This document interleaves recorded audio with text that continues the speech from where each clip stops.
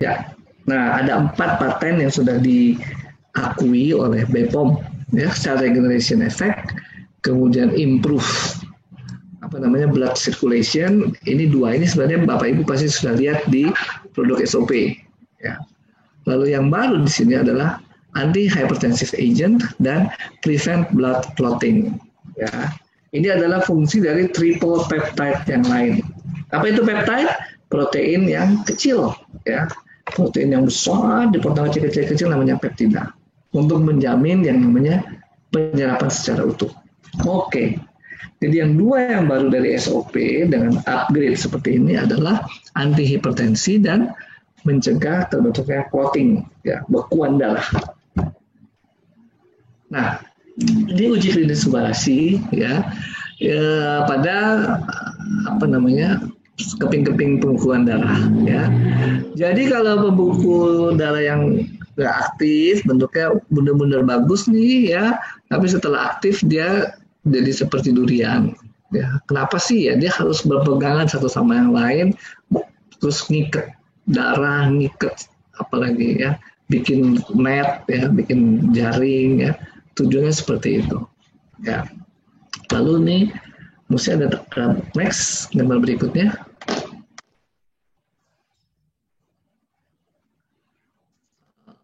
Oke, bukan yang ini sih, harusnya ada satu lagi tuh yang gambarnya flow gitu, ya. Oke, di sini si Subarashi juga dibuktikan, ya, mereduksi tekanan darah, ya. Tapi ini sebenarnya fungsi yang lain lagi nih dari Subarashi, ya, ada triple peptide tadi. Oke, tapi di sini disampaikan bahwa dia adalah untuk mencegah peradangan, ya. Peradangan ini kan sebenarnya yang mengawali timbulnya si clotting, ya, clotting. Jadi ada peradangan di pembuluh darah, lapisan yang paling dalam itu namanya endotel, ya. Nah, itu endotel itu terjadi sesuatu yang memicu kemudian terjadinya trombus, ya. Jadi SOP Subarashi mereduksi, ya, terjadinya inflamasi, ya, peradangan, dan pada ujung akhirnya mencegah peningkatan tekanan darah. Next.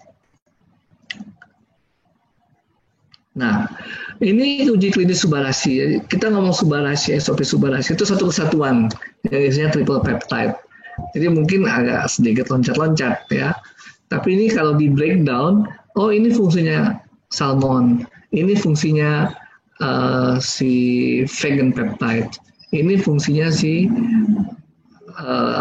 sardine peptide, ya. Nah, ini yang diceritakan di sini adalah fungsi dari si sardine peptide, ya. Nah, uji klinis Subarashi tadi sudah disinggung sedikit mengenai sistem yang namanya RAA, renin angiotensin aldosteron, ya. Di mana di situ ada enzim, ya. Pasti gampang ingatnya, ACE hardware. Nah, ini ACE, ya. Enzim ACE ini yang kemudian diinhibisi atau dihambat. Nah, penelitian ini mau melihat fungsi dari enzim yang namanya AC ini, ACE ini, ya, angiotensin converting enzyme. Enzim apa itu? Enzim yang mengubah angiotensin 1 jadi angiotensin 2. Angiotensin 2 adalah satu enzim yang kemudian berpengaruh pada peningkatan volume dari darah kita, sehingga kemudian nanti tensi akan naik. Nah, itu yang kemudian dicegah dengan memberikan ACE inhibitor, contohnya captopril. Nah, sekarang ini ada 4 wilayah dalam tubuh kita yang diambil contohnya untuk dilihat aktivitas dari enzim ini, yaitu ginjal, kemudian sini aorta, kemudian di sini adalah arteri di perut, ya, mesenterik, kemudian ada serum, ya, serum itu bagian dari darah. Oke, lalu ada 4 zat yang diuji. Yang diberikan lingkaran-lingkaran merah ini adalah sardin, tadi, ya, si sardin peptide tadi, ya. Nah, ini nih dia membandingkan aktivitas dari enzim ACE tersebut di 4 tempat ini dibandingkan dengan 4 buah bahan aktif lainnya, ya. Nah, artinya apa nih? Kalau dia diinhibisi, ya, dihambat, berarti aktivitasnya akan makin rendah. Jadi si item ini, ya, terutama yang di serum, paling menghambat aktivitas dari AC. Nah, artinya apa nih? Oh ya, paling efektif nih dari antara 4 produk pembanding lain bahwa si sardine peptide menghambat enzim ACE ini, enzim angiotensin converting enzyme. Ya. Nah, kemudian ini saya nggak terlalu baca juga nih, kecil nih. Tapi ini kalau nggak salah fungsinya terhadap toleransi glukosa. Ya. Ada 4 juga bahan aktif yang diuji ya. Nah, yang paling tinggi, yang paling unggul adalah si sardine peptide. Next. Nah, uji klinis Subarashi ya menyatakan seperti ini. Platelet hyperactivity and an impact on health. Ya, jadi apa sih dampaknya dari hiperaktivitas platelet? Ingat ya tadi platelet itu harusnya ya santai-santai aja, jangan terlalu hiperaktif. Kalau ada luka baru dia mesti aktif supaya nyumbat ke luka. Tapi ada juga yang hyperactivity. Ya, jadi si platelet ini punya peran yang penting di dalam CVD. CVD itu adalah penyakit di otak. Cerebrovascular disease, penyakit di otak disebabkan oleh pembuluh darah otak. Ya, di dalam apa nih dia mempunyai peran penting karena bisa membentuk aterosklerosis tadi itu yang gambar trombus tadi, kemudian juga membentuk ya aterosklerosis bukan trombus, beda ya. Aterosklerosis itu tumpukan lemak. Kalau Bapak Ibu pernah dengar lemak baik, lemak sehat. Lalu ada satu lagi adalah trombos, aktivitas trombus. Ya, 2 kombinasi itu bisa menghambat aliran darah di otak, terjadilah namanya CVD, cerebrovascular disease. Gampangnya kita sebut stroke. Ya. Nah, aktivitas ini tinggi, ya, sehingga kemudian membuat sumbatan. Nah, itu adalah terjadinya si sumbatan-sumbatan di otak, jadinya stroke ya, karena si platelet ini hiperaktif ya. Oke, next. Ini baru pendahuluannya ya. Next. Kemudian setelah diberikan Subarashi ya. Nah, ini gambar ini memperlihatkan bahwa si keping-keping darah ini lancar aja ya. Beredar di dalam foto ini ya. Jadi untuk membedakan bahwa ini adalah ada plateletnya dikasih warna. Nah, ceritanya. Tapi ini inti cerita dari 2 gambar ini mau memperlihatkan bahwa si Subarashi ini ya menekan terjadinya clotting tadi ya. Platelet kumpul karena udah jadi spike, udah kayak durian, jadi gampang pegangan tangan, terus timbul benang-benang itu namanya clotting. Nah, itu dicegah ya. Ini mungkin gambarnya kurang clear, tapi ya kayaknya mungkin kayak gini-gini yang clotting. Tapi kalau kita lihat gambar ini sekarang mulus, nggak ada yang ngumpul-ngumpul ya, nggak ada yang ini semuanya PSBB kalau di sini. Di atas masih banyak ngumpul-ngumpul. Nah, itu mau menunjukkan bahwa ketika diberikan Subarashi, agregasi ngumpul-ngumpulnya si platelet dihambat, ya, reduce. Oke, next. Nah, ini kemudian dia menyajikan di sini, udah banyak kok ujinya pada manusia. Ini bukan pada hewan, nih pada manusia. Ini segitu banyak disajikan ya. Penelitiannya ada sekian sampel, ada M itu male, F itu female, banyak yang sudah diberikan, ada yang dosisnya single, ada yang punya pembanding dan sebagainya. Tapi intinya mau membicarakan bahwa si Subarashi ini ternyata efektif. Oke, next. Nah, ini bagian dari komponen Subarashi lagi, SOP Subarashi yang berpengaruh kepada mencegah terbentuknya clotting tadi, ya. Jadi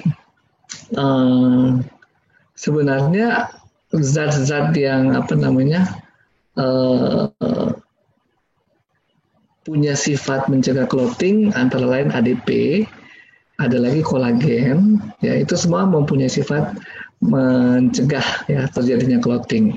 Selalu dibandingkan dengan si ini Subarashi, ya. Nah ini aktivitasnya itu diperlihatkan di sini ternyata hampir sebanding nih, ya, mau ADP atau kolagen, ya, hampir sebanding. Dibandingkan dengan yang tidak dikasih subbarasi, itu yang warna merah, aktivitasnya lebih tinggi, ya.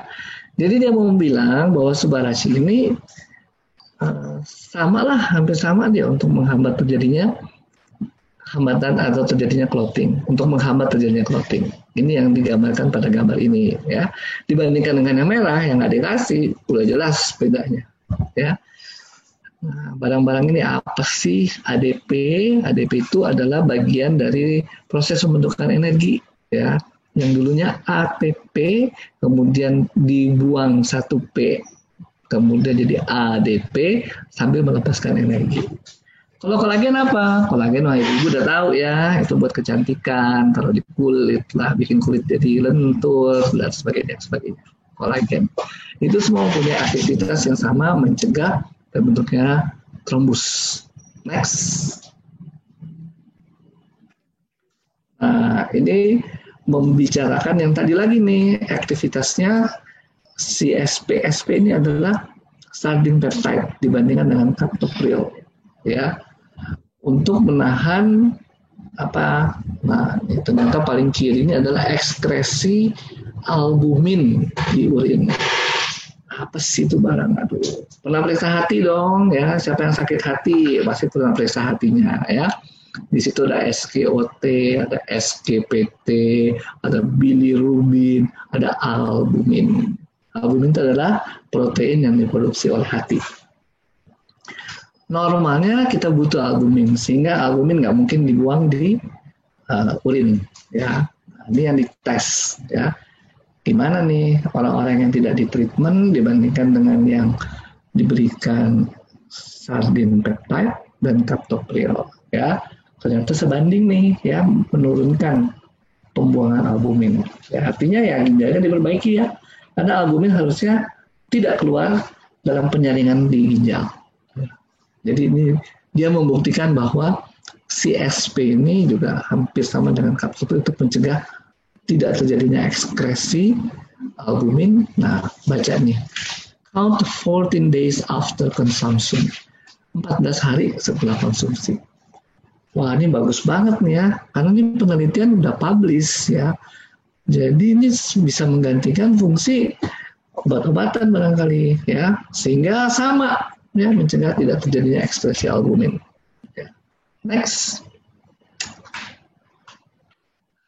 Nah, ini yang lain nih, ya. Juga secara gross, ya, secara besar makro semua dilihat tensinya, ya, before dan after. Ya, ada 2 garis nih, placebo dan tes. Placebo ini bohongan, tes dikasih makanan atau minuman sehatnya, ya.